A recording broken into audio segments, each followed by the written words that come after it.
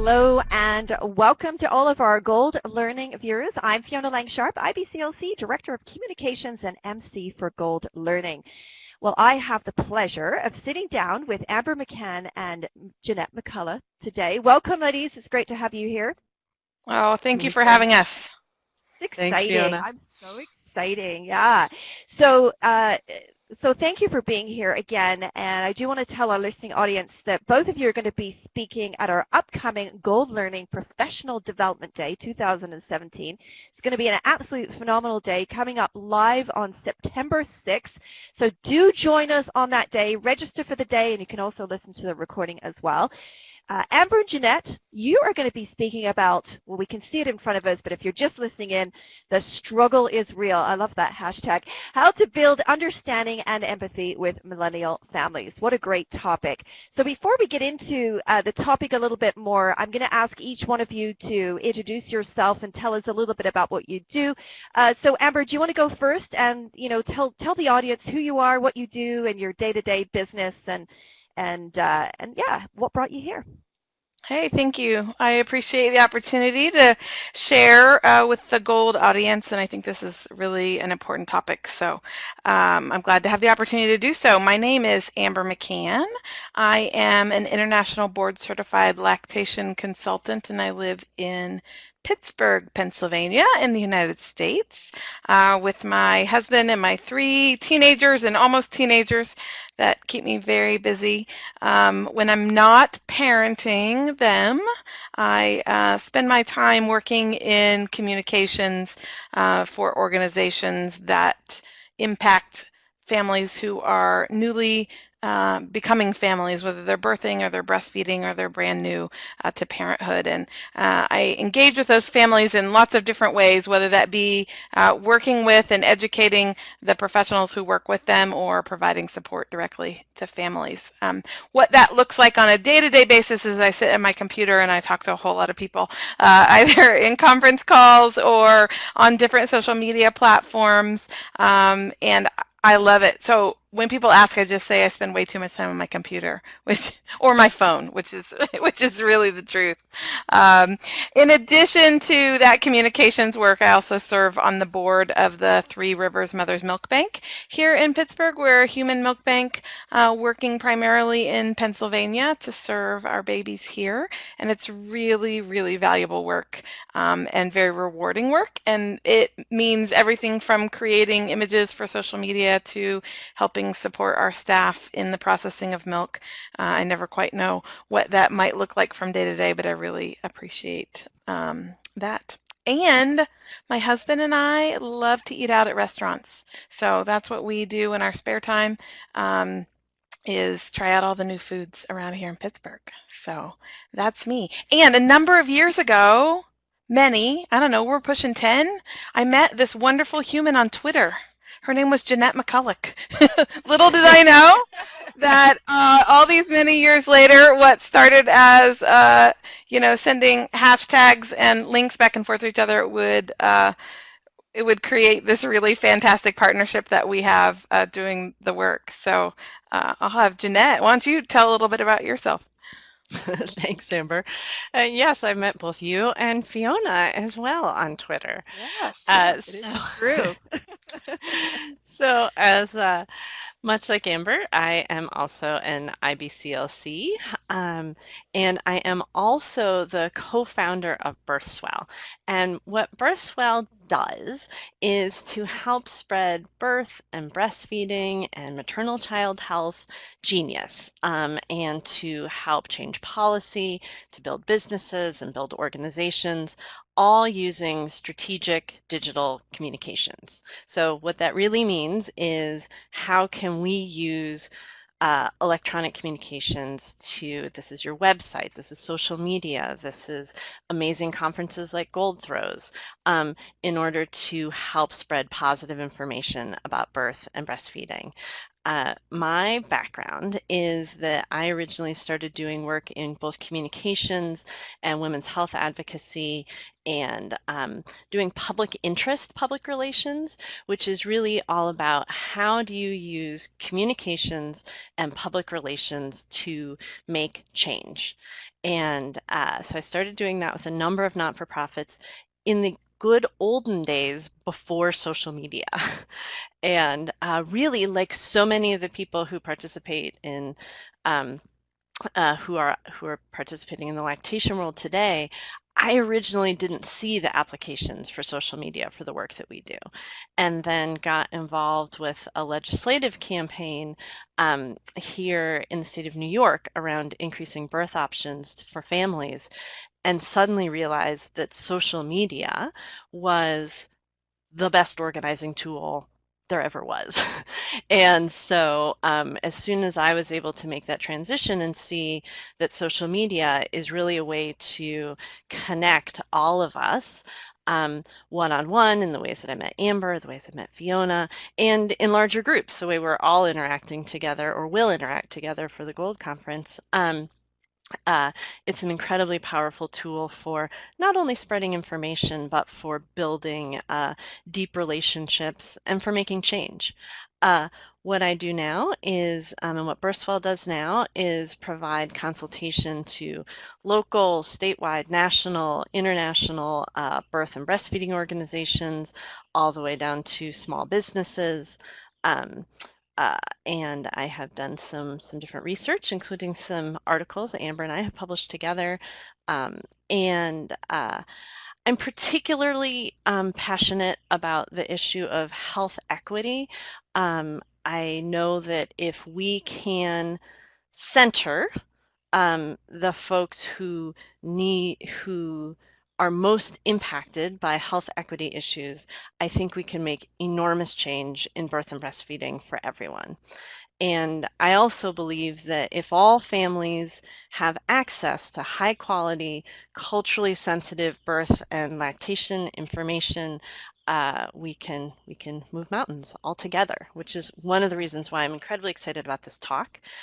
I live in Ithaca, New York, in the United States, which is in central New York, and we are home to many things, including some amazing nature and gorges, where I love to be with my partner and my 2 kids and our many, many pets. So thank you, Fiona.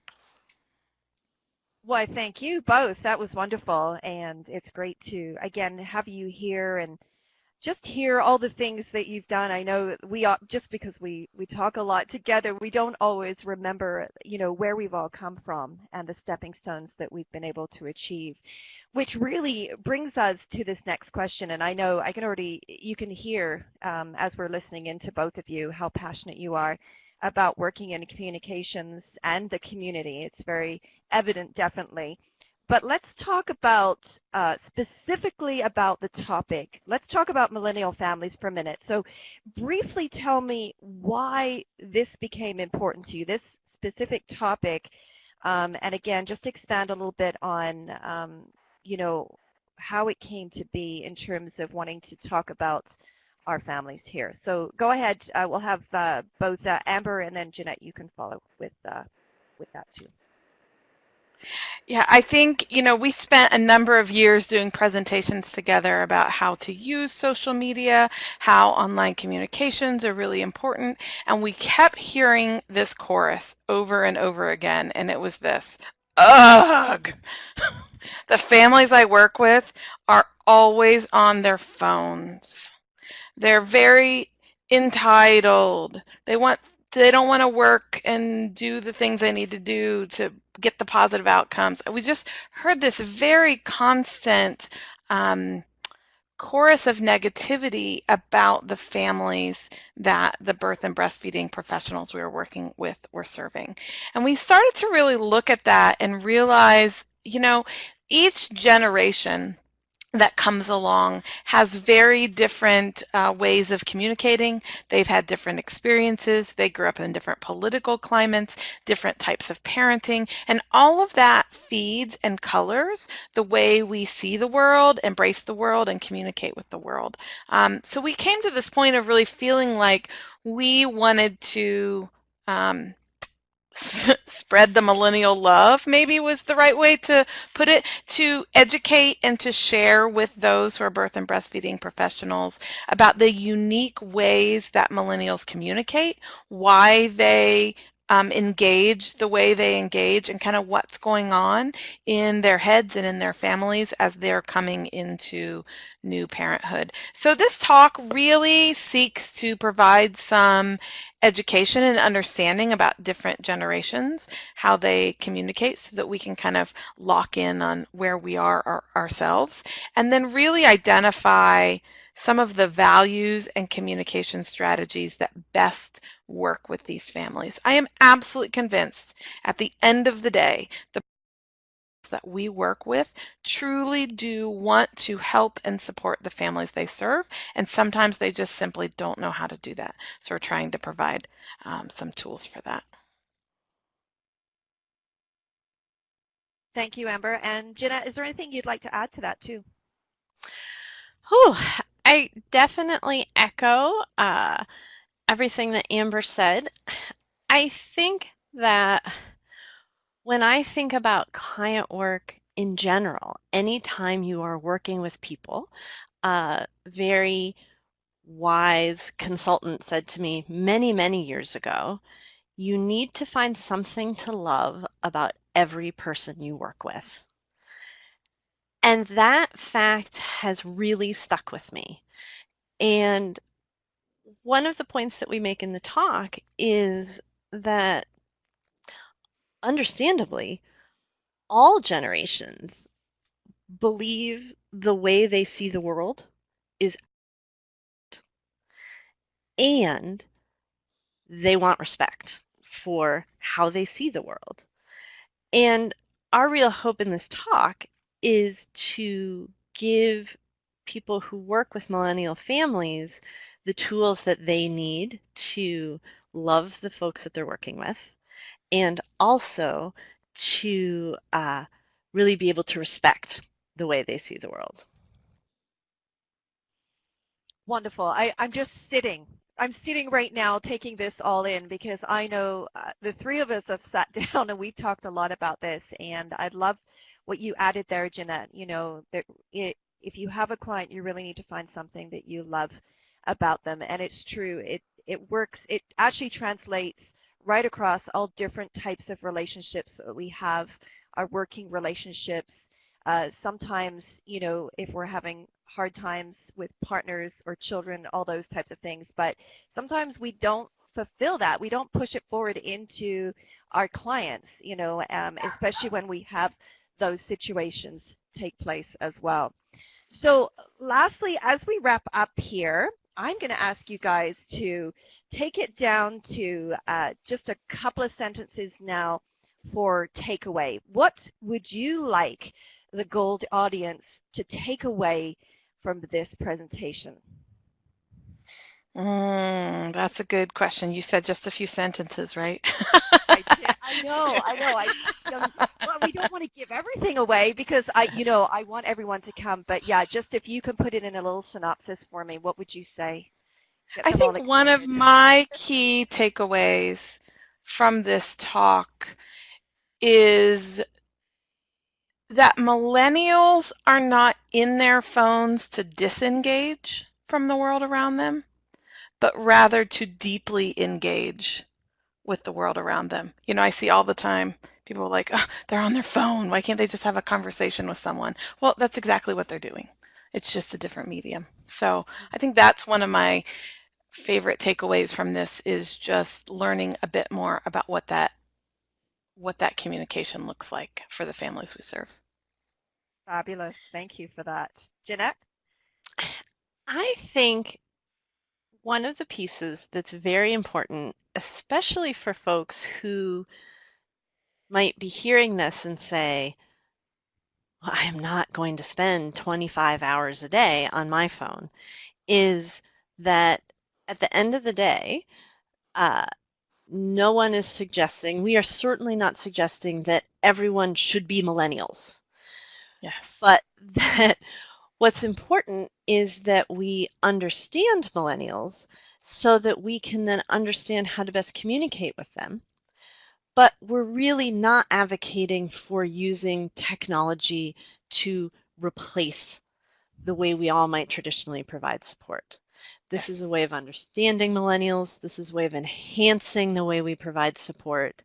Uh, we are not suggesting that we're going to suddenly have a bot that provides lactation support for all of us. Right. We know at the end of the day that if folks can understand where millennials are coming from and figure out how to use the communication styles we already have to most effectively reach them, then we're all going to do a better job of providing care.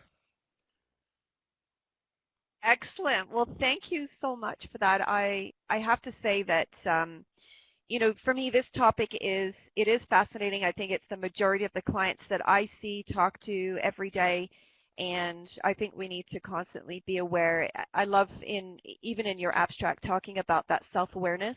I need that. I think we all need that. At some point, we need to do a check-in with ourselves and see what's happening, even if we feel like we know a lot, or if we're, that's the majority of our families. So thank you so much, Amber, Jeanette, for being here today. It's been so great having you.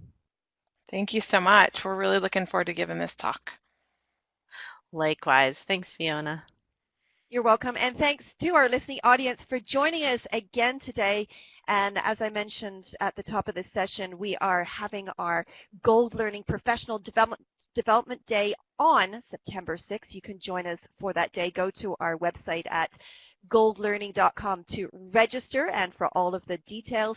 And again, thank you to Amber and Jeanette for joining us today. Thanks for listening in everyone, and we look forward to having you back again soon. Bye-bye for now.